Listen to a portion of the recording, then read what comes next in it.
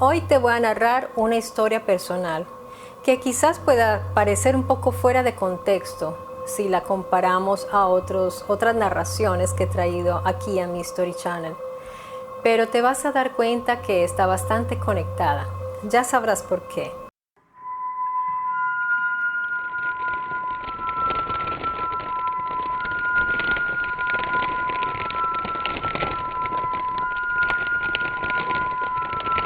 Esta historia sucedió en los años 90. Yo tendría más o menos entre 16 y 17 años y vivía en Bogotá. Estaba estudiando y en el instituto donde yo validaba, en Bogotá, tenía a mi mejor amiga que se llamaba Diana.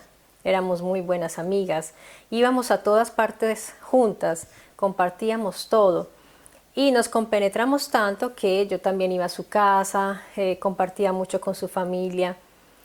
Así que un día ellos solían ir a la finca, toda la familia, y ella decidió invitarme. Yo me puse muy contenta porque nunca había hecho una experiencia así. Salir a un paseo lejos de mi casa, con una amiga, una finca, me parecía espectacular. Y cuando me dijo que había piscina, pues aún más, porque me encanta. Entonces pedí permiso en mi casa y me dijeron que bien. Sin embargo, había un poco de escepticismo porque era una finca bastante lejos del departamento de Cundinamarca, o sea, era un poco más alejado porque era tierra caliente. Entonces, mi familia tenía dudas si dejarme ir o no, pero al final insistí tanto, mi amiga fuese, también habló con mi mamá, con mi hermana mayor y les dijo, miren que ya va a estar bien. Bueno, al final accedieron a dejarme ir. Estamos hablando de un tiempo, o al menos yo, pues en mi familia, aunque tuviera 17 años, éramos muy de la casa, como muy así de pedir permiso y estas cosas. Nos fuimos todos en combo, eso era una caravana, muchísimas personas y súper contentos cantando, fueron los primos de ella, los tíos, una cantidad de gente, una familia bastante numerosa. Llegamos a la finca y efectivamente una piscina grande, para mí eso era espectacular, solo con la piscina yo estaba feliz, pero también nos divertimos porque estaba el hermano de ella, sus amigos, entonces pues paseo de jóvenes, los adultos que eran bastantes, hacían los asados, hacían sus reuniones y nosotros los jóvenes en la piscina y divirtiéndonos, en fin, fue un paseo inolvidable. Estuvimos allí unos cuantos días, yo pienso que serían máximo unos 5 días que estuvimos allí. Pero miren lo que son las intuiciones, porque miren, las intuiciones son muy importantes, pónganle atención a eso. La primera intuición la tuvo mi familia al tener dudas si dejarme ir o no. Y la segunda intuición que yo tuve, ya les voy a contar. En un momento estaba yo en la piscina con mi amiga, hablando pues de cosas de muchachas, cuando a mí me vino a la mente una pregunta que no era usual ni siquiera para mí en esa época, que yo no estaba pendiente de noticieros o de cosas. Le hice una pregunta fuera de lugar. Estábamos hablando de los muchachos que nos gustaban, a mí me gustaba uno de la clase, a ella le gustaba otro, y yo le digo, Diana, dime una cosa, ¿a esta finca alguna vez ha entrado la guerrilla? Ella me miró y me dijo, ay Marta, tú sí eres, no se sabe de mal agüero, me dijo. Y yo le dije, ay, pero ¿por qué me dices eso? Yo solo hice una pregunta y me dice, ¿pero por qué? Dije, pues no sé, en realidad no sé por qué te pregunto eso, pues estamos en una finca y es Colombia, ¿no? Pues yo no sé si ustedes están enterados que en mi país hay un conflicto interno bastante serio y lo que son las zonas rurales obviamente están más lejos como de las ciudades que están más controladas. Y desafortunadamente estos grupos armados se han tomado muchas regiones fuera de las ciudades, de las urbes, y han tomado mucho poder, pero en esa época, pues en los años 90 sí estaban vigentes también, pero no sé, yo hice esa pregunta y mi amiga me dijo que no fuera de mal agüero y pues yo dije sí, ¿no? Me dio como pena y no quise seguir ahondando. y traté como de cambiar el tema y seguir conversando. Faltaban 2 días para regresar a Bogotá. Entonces esa noche normal, al otro día también muy contentos. La noche anterior a nuestro regreso, no era de noche, perdón, el día anterior a nuestro regreso estábamos las dos en una habitación conversando. No parábamos de hablar, las dos hablamos muchísimo.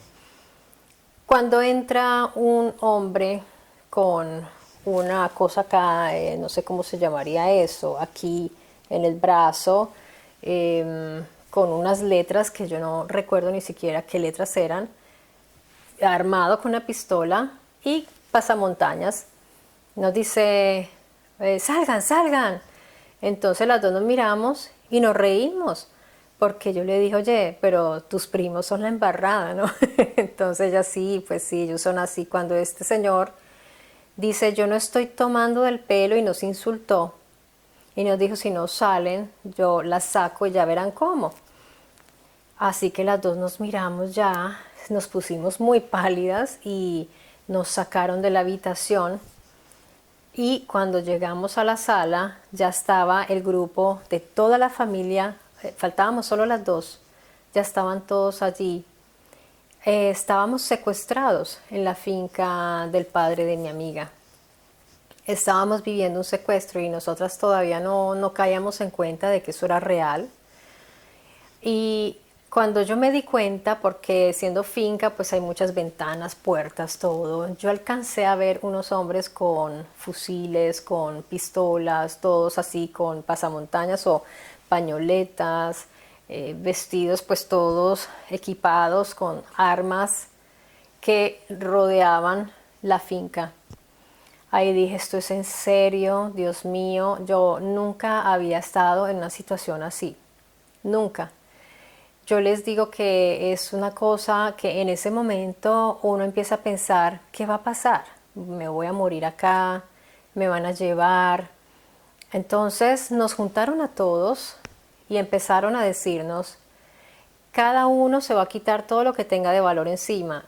Nosotras estábamos pues en camiseticas, vestido de baño. Ustedes saben que en esos lugares de calor uno no anda tan vestido, y en esa época no había celulares. O sea, y no es que no era la época de los celulares. Entonces me acordé que lo único que yo tenía, que poseía de valor en ese tiempo, era una cadenita con una virgen que me había regalado mi hermana de oro, y un anillito, que me acuerdo, un anillito de Cartier de oro, que era pues como para jovencita, muy bonito. Ay, a mí se me arrugó el corazón porque en una historia distinta yo casi pierdo estas joyitas y resulta que ahí pues las fui a perder. Entonces yo estaba como pensando qué hacer, porque como éramos tantos y estos hombres a veces se volteaban, yo dije, voy a esconderla. Entonces, mientras me la quitaba y miraba, como que ellos le leen a uno el pensamiento, y el tipo me dijo, no se la esconda porque yo la esculco y la saco de donde esté. Y me hizo una mirada que yo dije, no, tome, tome. Entonces, todos muy asustados, todo el mundo entregó sus joyas y eso. Yo vi que al padre de mi amiga lo cogieron y se lo llevaron para afuera. Ahí todos nos preocupamos mucho porque dijimos qué le van a hacer, y el miedo. Entonces se lo llevaron por allá lejos y separaron. No, nos hicieron entrar a todos en una habitación. Yo no sé cuántas personas éramos, pero éramos muchos. Al menos ahí por lo menos 30 personas éramos. Era una habitación muy grande, con mucho calor ahí, pero ninguno de los hombres armados entró. Se quedaron en la puerta unos y toda la finca estaba rodeada. Así que pensar en escapar era imposible. Mi amiga y yo, a nosotras nos dio fue risa nerviosa y nos dio la risueña, y pues toda la familia de ella se enojó con nosotras y pues como que nos querían como aterrizar de que eso era una tragedia, de que no era para reírse.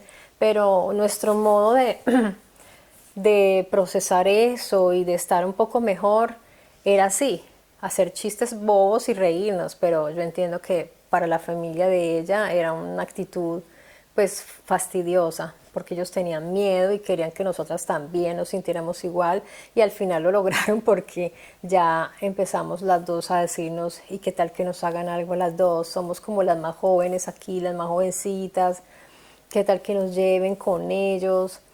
Después nos enteramos ya cuando regresó el padre, él habló con todos nosotros y nos dijo, no se preocupen, yo ya les di todo el efectivo, ya arreglé con ellos que se lleven todo lo que quieran, pero que no toquen a nadie, ni de mis hijos, ni nada. Y ellos aceptaron que se van a llevar los autos, se van a llevar todo. Él tenía un efectivo grande ahí con él, porque cuando ellos iban a la finca tenían que pagar empleados, tenían que abastecerse, obviamente tenía su dinero. Y es muy probable que de pronto, seguramente alguien que los conocía haya hecho eso, haya informado a estas personas, porque ellos ya iban a la fija, ya sabían.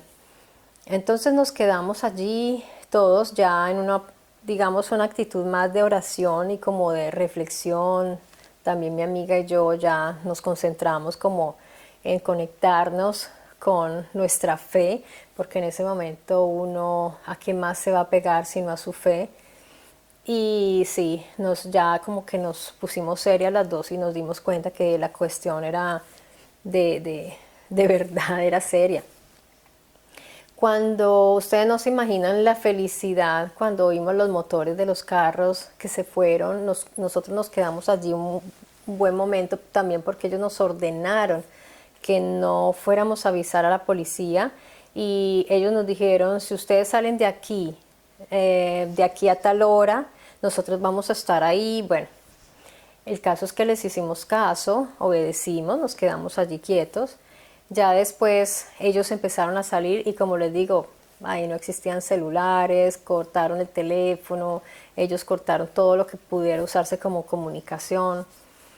Entonces nos fuimos, nos dejaron un auto solamente, y con ese pues alguien fue al pueblo, avisó a la policía y todo eso. Dejaron ahí lo que llamamos en Colombia un pichirilo, un carro viejo, no sé si era de algún empleado o alguna cosa así, pero se llevaron los mejores, ¿no? Bueno, ¿por qué les cuento esta historia?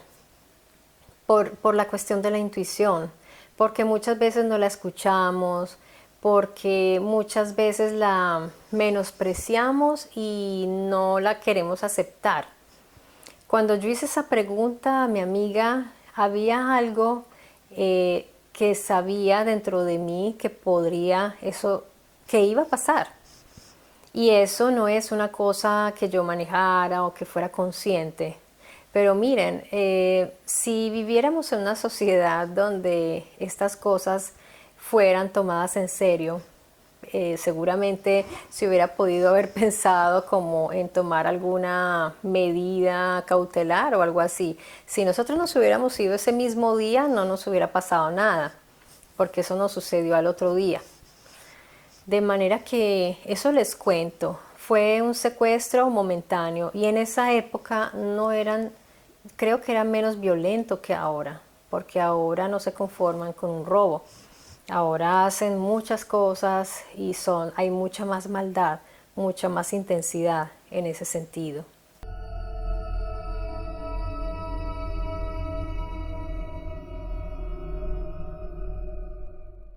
La brujería es algo bastante conocido y común en los países suramericanos y también centroamericanos.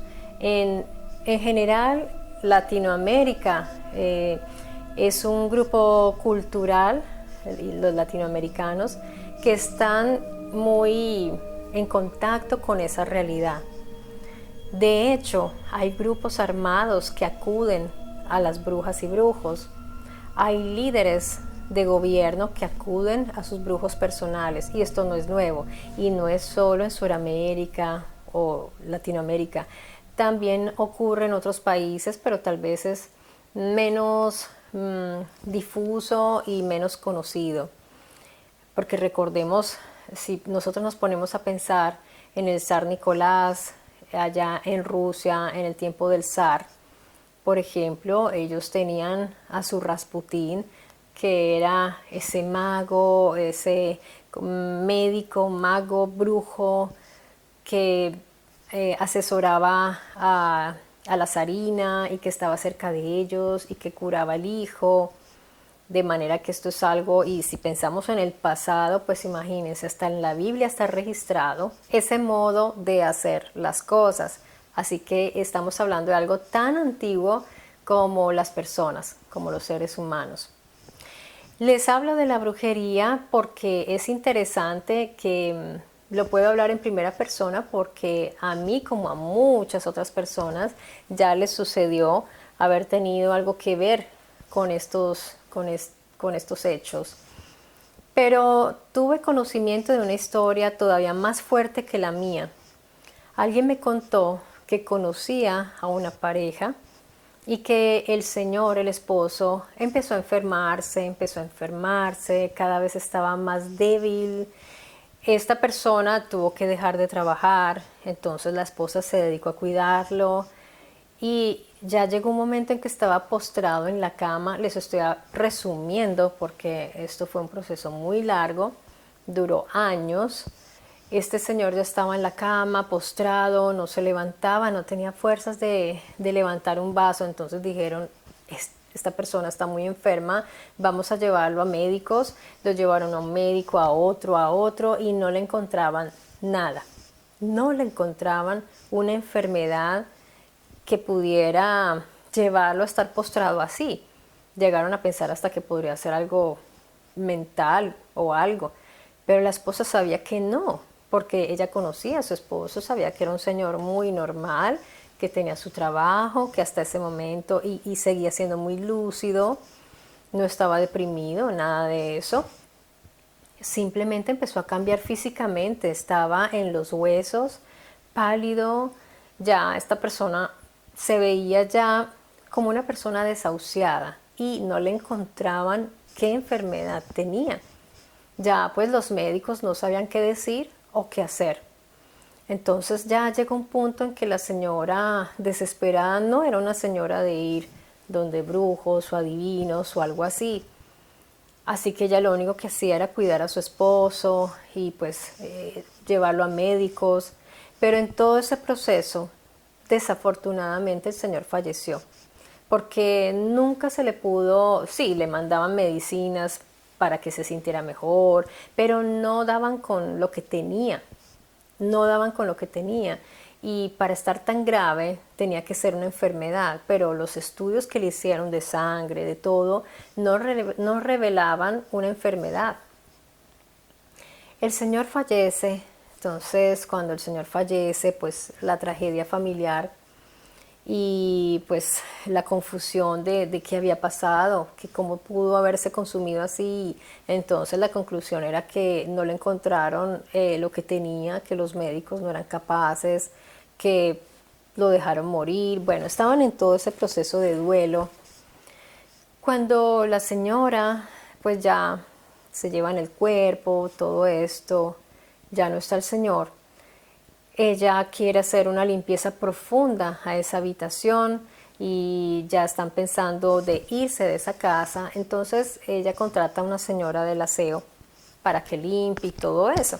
La señora del aseo está limpiando y quiere correr. Era una cama de madera gruesa, de esas, no sé si era cedro, una cama muy pesada, porque la persona que me contó la historia me dio algunos detalles y me dijo que era una cama muy pesada y que por eso nunca la movían. O sea, esa cama siempre estaba ahí apoyada contra la pared.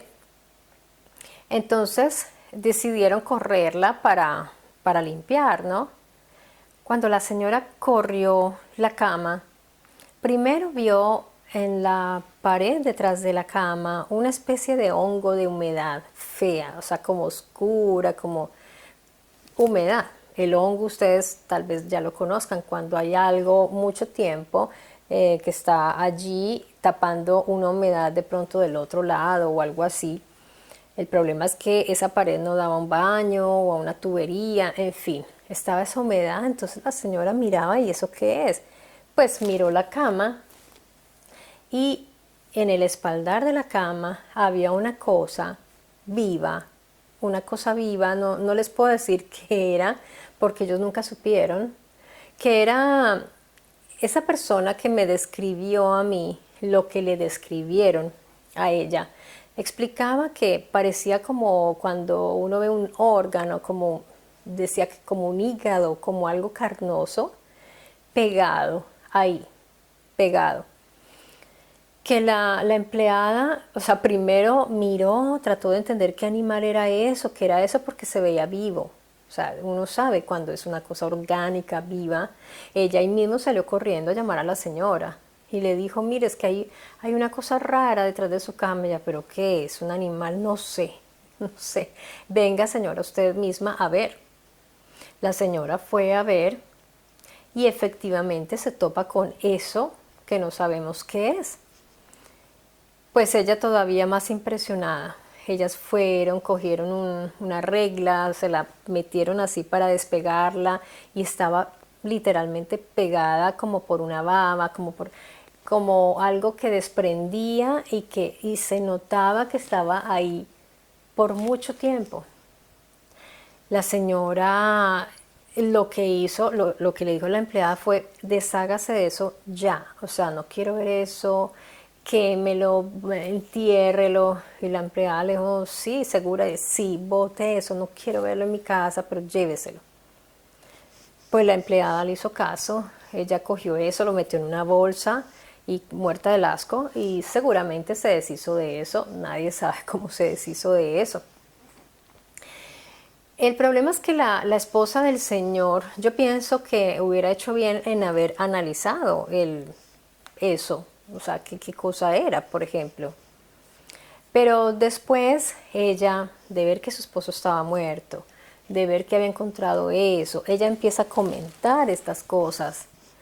Y obviamente más de una persona le dijo, oye, ¿y a ti nunca se te ha ocurrido ir a ver, pues como si de pronto le están haciendo un trabajo a tu esposo? Porque así se llama ese tipo de operaciones, se llama trabajo. Y ya les voy a indicar por qué. Entonces la señora dijo, pero es que yo nunca he ido a eso, a mí no me gusta eso, yo no soy de estar en esas cuestiones. Yo, pues tú deberías hacerlo porque tu esposo ya murió. Encontraste una masa falciforme ahí detrás de tu cama. Esa cosa no será pues que de pronto le estaba como haciendo daño, de pronto eso fue la enfermedad. Entonces ya la señora dijo, ahí, o sea, sí, voy a ir pero ¿dónde voy? Entonces esas mismas personas le sugirieron dónde ir. Ella va donde la persona que le sugirieron. Esa persona son personas que hacen trabajos distintos de sanaciones, curaciones, de quitarte una maldición, son muchos trabajos mágicos, son trabajos de magia.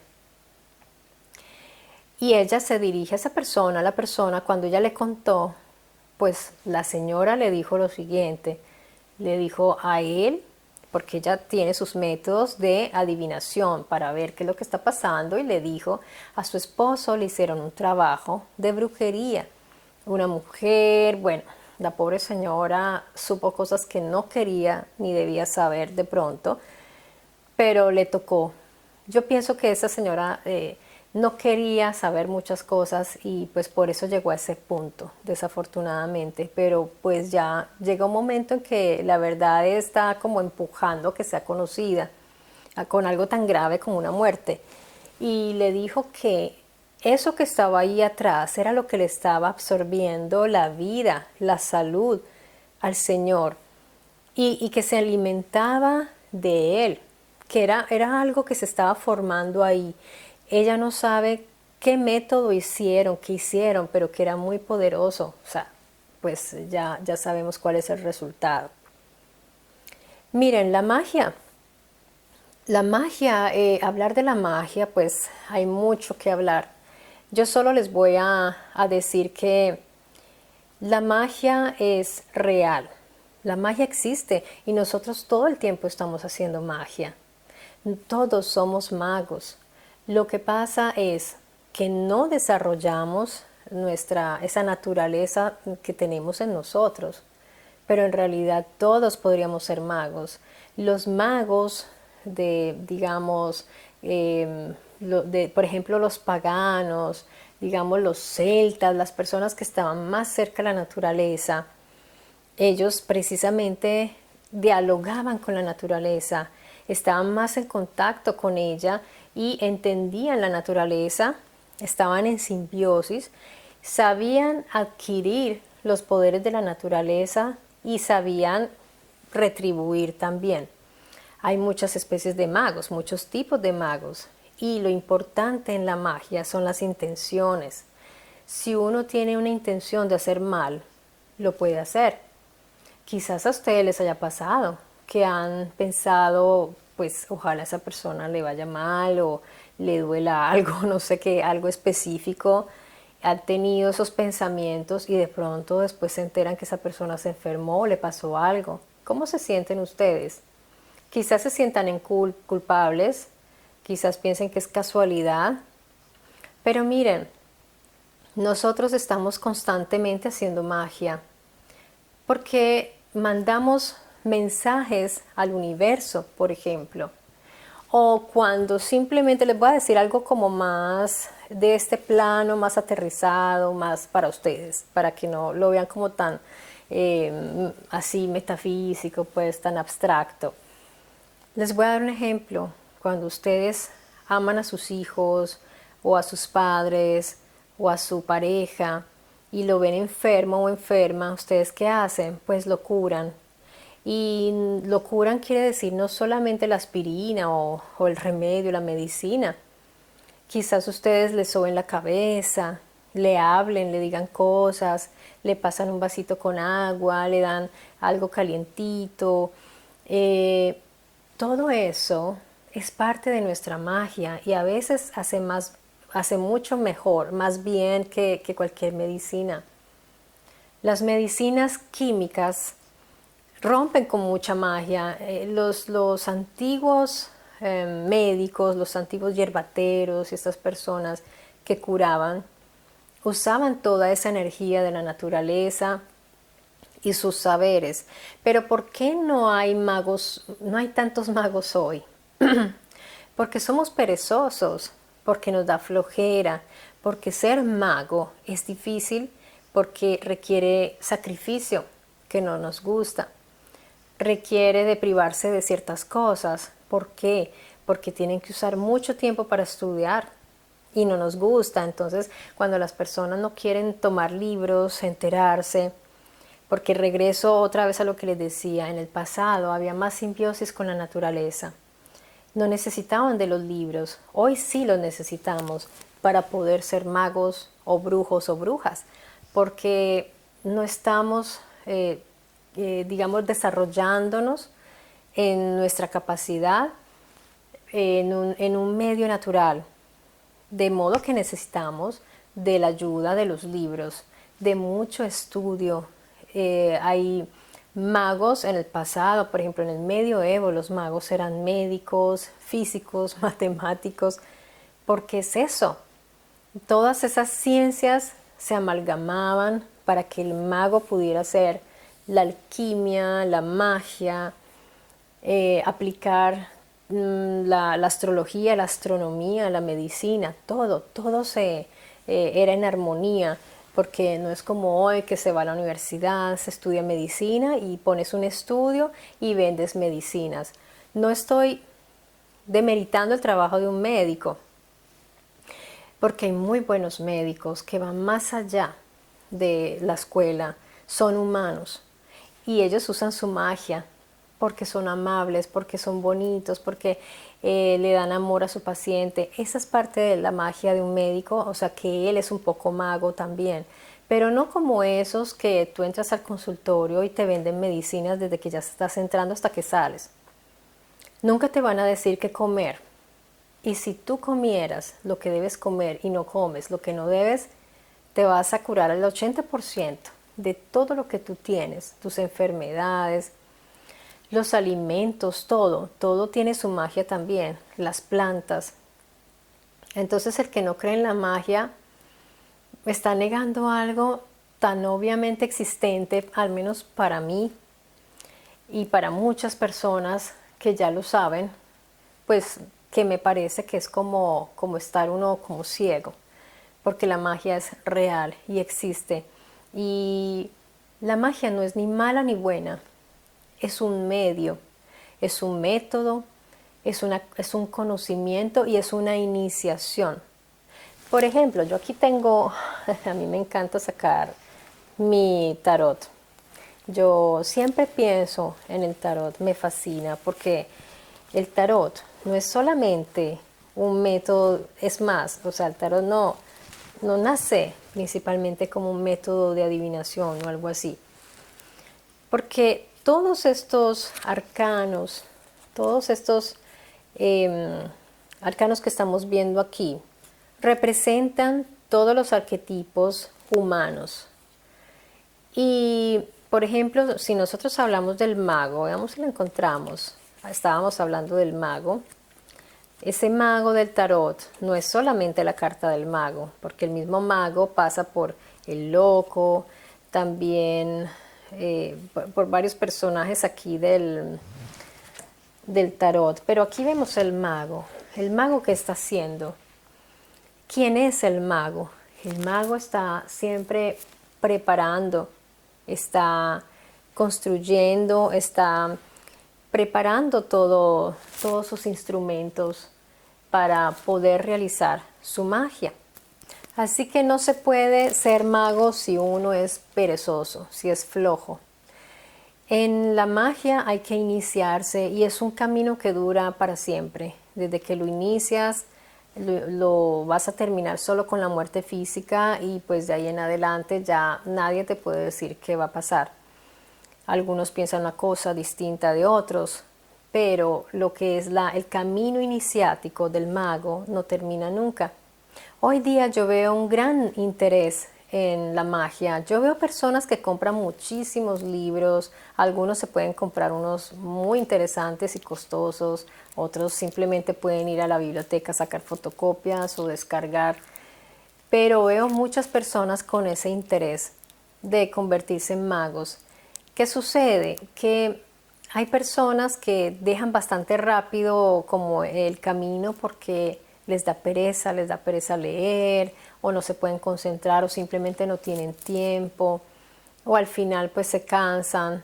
Otros de pronto siguen allí, pero buscan un maestro, buscan a alguien que los ayude y que los guíe. Eso está muy bien tener un maestro, excelente, muy afortunado el que encuentre su maestro. Pero eso es un peligro, porque en esa búsqueda del maestro, las personas caen en sectas raras, caen en situaciones bastante perjudiciales para ellos. Es muy peligroso. Y en realidad cada mago se tiene que formar, ojalá solo, porque es un camino individual. Es como el camino del laberinto, se habla muchísimo en el hermetismo, se habla de los laberintos y los vemos en las catedrales góticas, estos laberintos. El laberinto es el camino de la iniciación.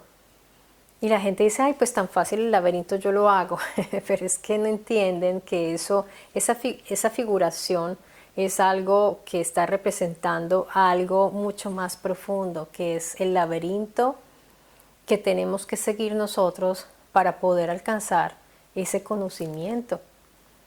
Y la persona que lo logra, cuando llega a tener cuando llega a tener ese poder, porque estamos hablando de poderes, de un poder fuerte, de transformar la materia, de manipular la materia y las fuerzas de la naturaleza, los pocos que llegan han recorrido ya tanto, han tenido que sacrificar tantas cosas, han aprendido tantas cosas que ya están listos y seguramente lo van a usar de la mejor manera, pero no todos los magos son buenos, por decirlo así.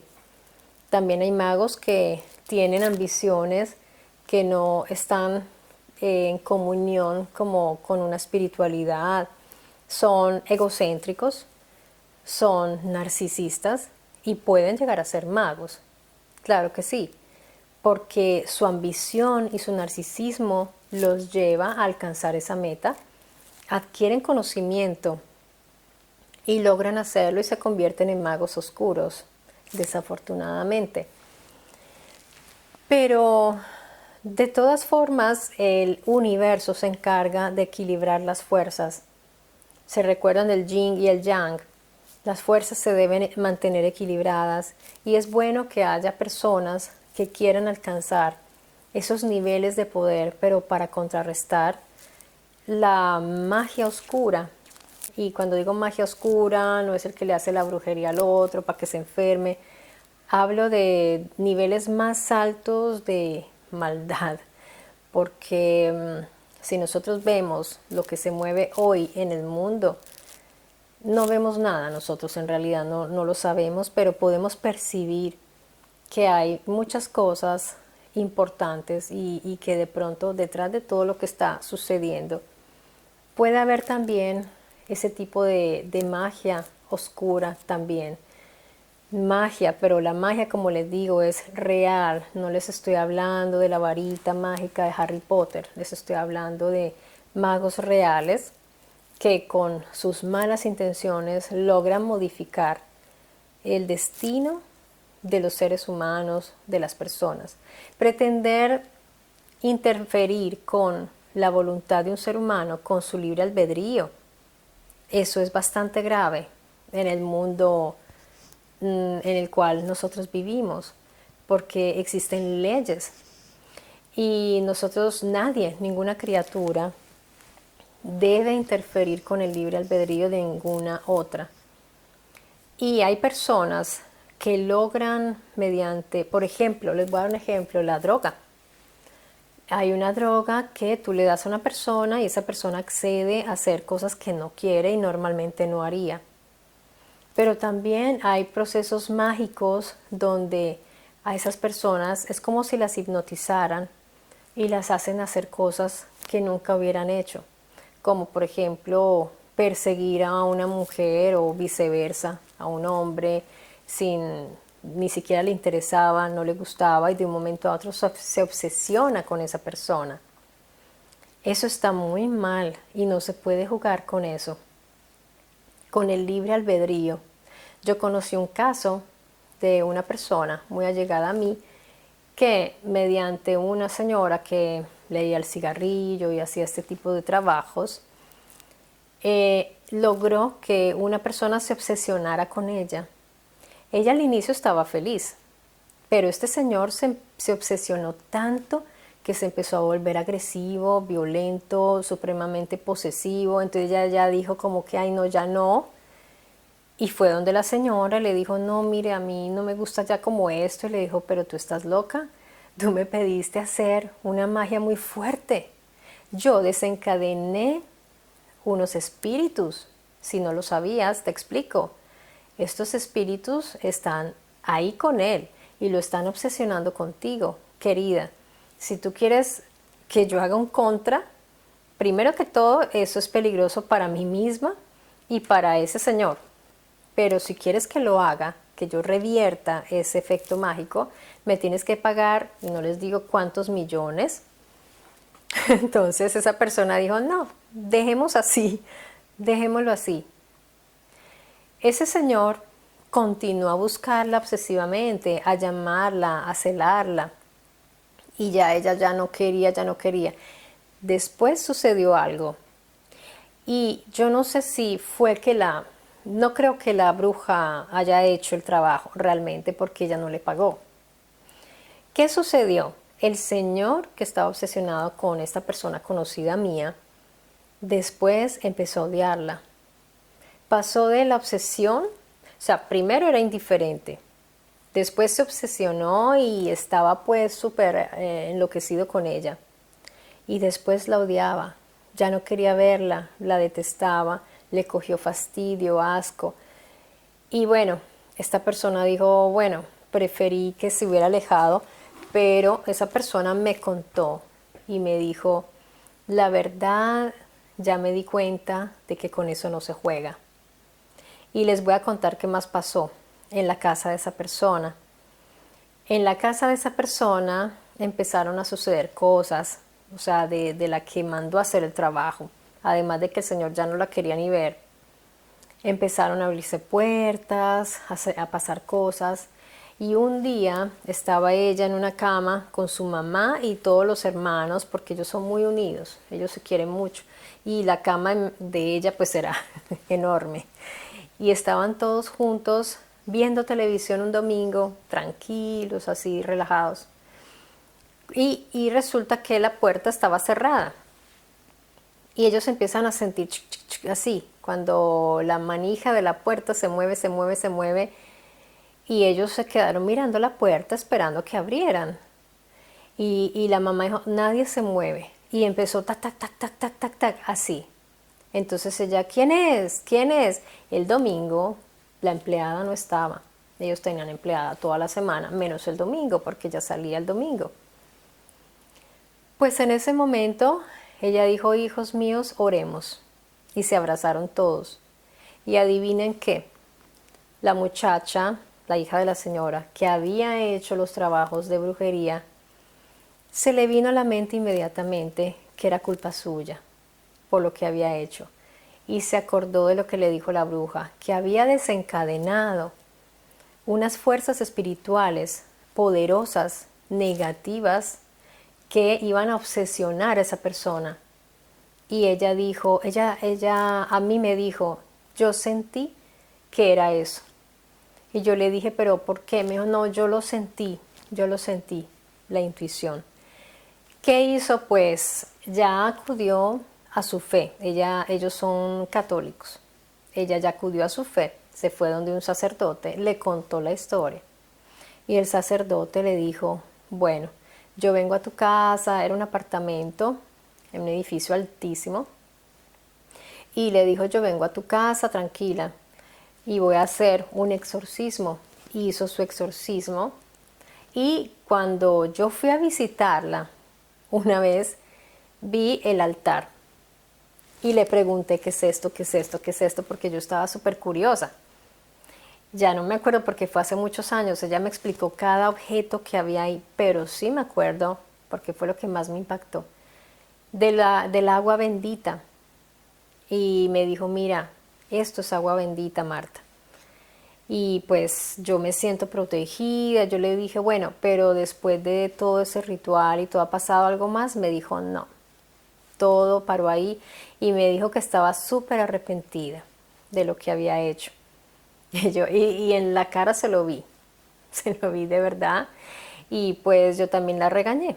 Le dije, oye, pues es que lo que hiciste no está bien. Y le expliqué, mira que cuando uno hace esas cosas se le devuelven. Y yo también sabía que después la persona te coge fastidio. Es mejor no meterse con esas fuerzas. Pero lo que les puedo decir es que la bruja que ella consiguió era una fuerte, o sea, era poderosa. ¿Y por qué se habla del trabajo en la magia? ¿Por qué el trabajo? Yo le hago ese trabajo.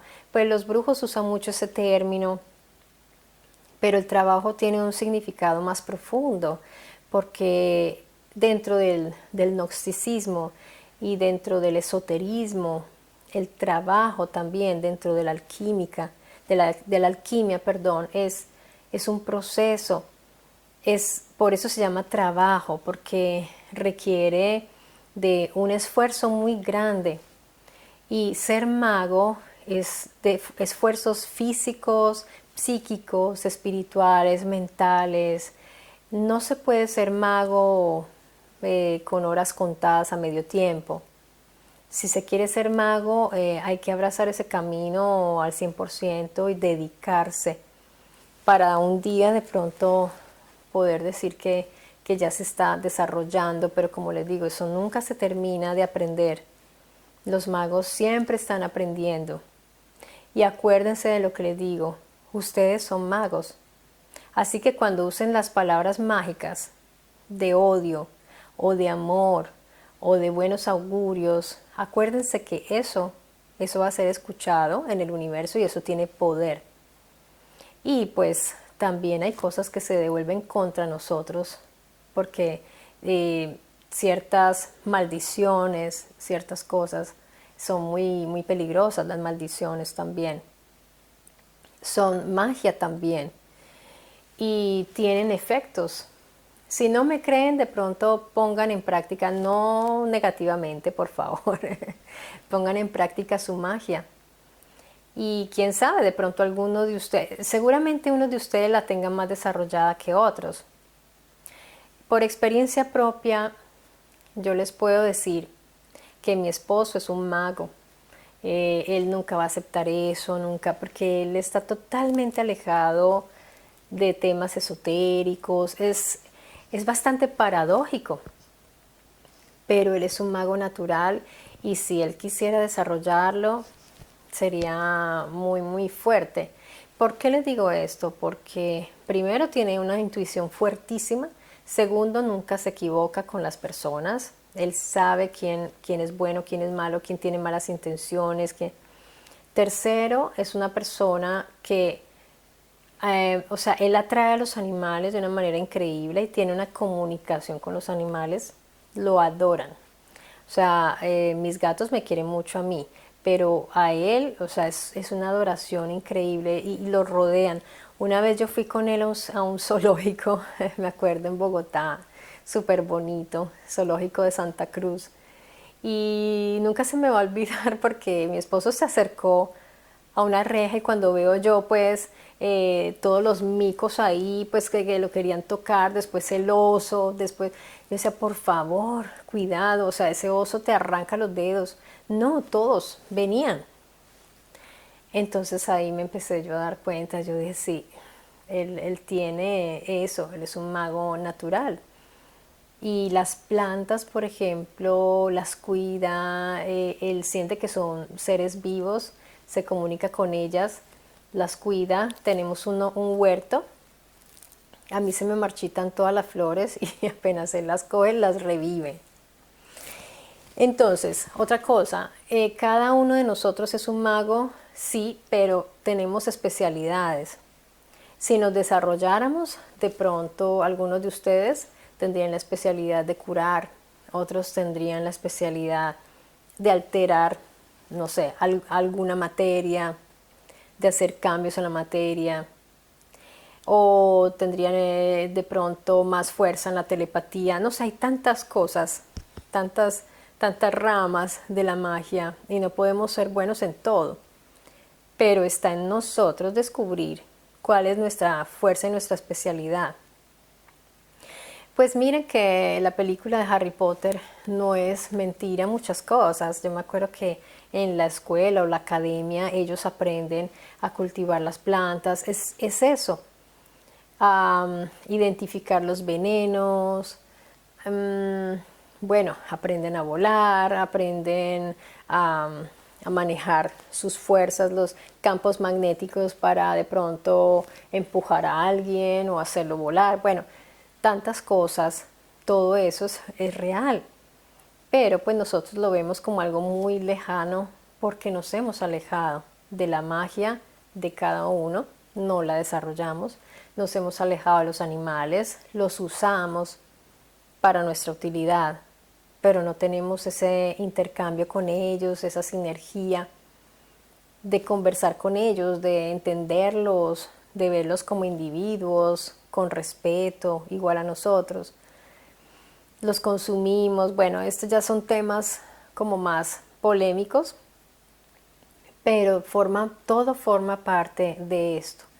Que nosotros en estos grandes conglomerados, en estas ciudades donde nos concentramos, donde nos dan todo, la tecnología, los carros, los trabajos, la escuela, o sea, nos dan todo lo que quiere que consumamos, lo que quieren los poderes que nosotros consumamos, y nos alejaron de la naturaleza, de lo que nosotros deberíamos buscar. Hay personas que ya lo están entendiendo y están yendo a buscar como eso, y hay que buscar los orígenes donde podemos nosotros encontrarnos a nosotros y desarrollarnos, ojalá. Pero recuerden que ser magos requiere de mucho esfuerzo. tiempo, sacrificio, paciencia, una cantidad de cosas que pues hay que aceptarlo. Si uno no lo quiere dar, si uno no quiere, no está dispuesto a dar todo eso, pues mejor se conforma con seguir viendo películas de magos y de pronto escuchando las historias de los otros, pero ya está en cada uno si creer que existe la magia y los magos o no. Bueno, yo te agradezco mucho a ti si viste este video, gracias. Y si quieres dejar tu like para apoyar el canal, excelente. Recuerda que aquí en Mystery Channel siempre te esperará una historia y un misterio. Te mando un abrazo.